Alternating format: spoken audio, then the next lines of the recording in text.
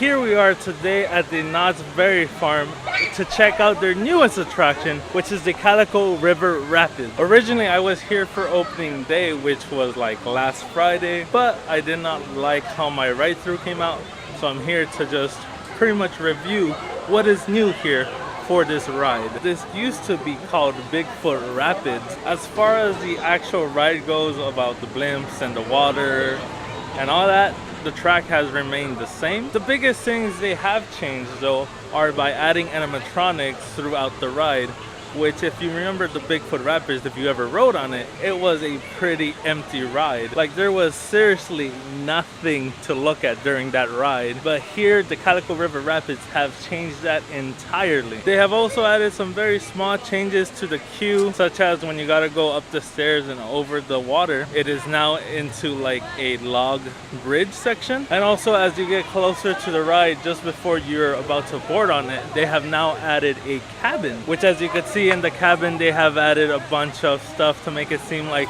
someone actually lives there, including like 2 little beds.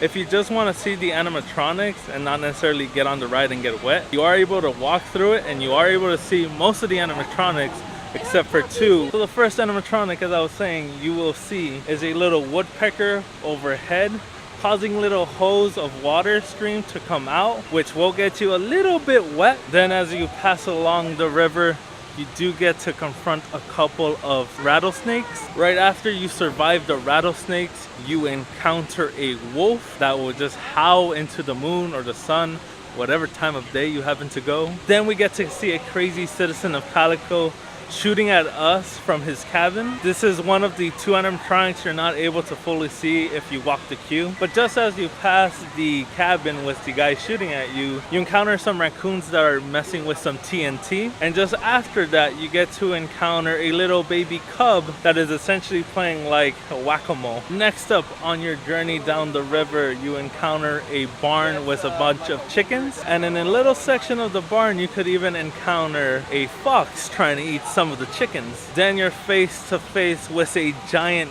bear that is eating a fish. This one, actually you don't see it on the queue line, but if you go down toward like the Pony Express is, you are able to see the bear animatronic. And right passing the bear on this like little rock thing is a mountain lion as well. Passing the mountain lion and the rocks, you go through like this TNT section, and in that TNT section, people from the outside, the citizens of Calico, we get to blast and take down the rapids. You know, not really.